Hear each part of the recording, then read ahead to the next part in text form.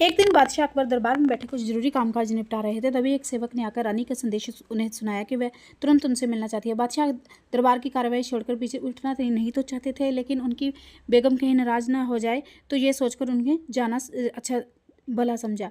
जब अकबर दरबार छोड़कर जाने लगे तो सभी ने उनके सामने सिर झुकाया। बीरबल ने भी ऐसा ही किया, लेकिन तब उसके होंठों पर एक अजीब सी मुस्कुराहट थी जो बादशाह की नज़रों में छिपी ना रह सकी। इन्होंने उन्हें अपना अपमान समझा। गुस्से में आकर उन्होंने उसी वक्त बीरबल को देश निकाले की सजा सुना दी और यह भी कहा कि यदि उनकी ज़मीन पर कदम रखा तो सजाए मौत दी जाएगी। बीरबल ने बादशाह के हुक्म का पालन करते हुए देश छोड़ दिया। बीरबल को कहीं काफ़ी समय हो गया और इधर बादशाह का गुस्सा भी शांत हो चला था।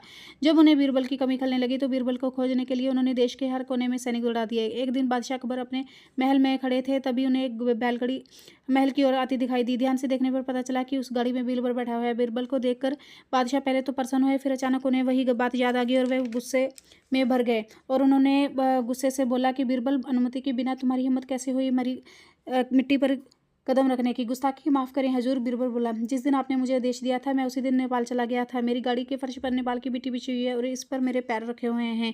मैं इस गाड़ी से कभी नहीं नीचे उतरता हूँ, पैर नहीं कहीं ज़मीन पर नहीं रखता हूँ। बीरबल का ये चतुराई भरा उत्तर सुनकर बादशाह मुस्कुरा दिए और उन्होंने उसे अगले दिन से ही दरबार में हाजिर रहने को कह दिया। ये थी बीरबल की चतुराई।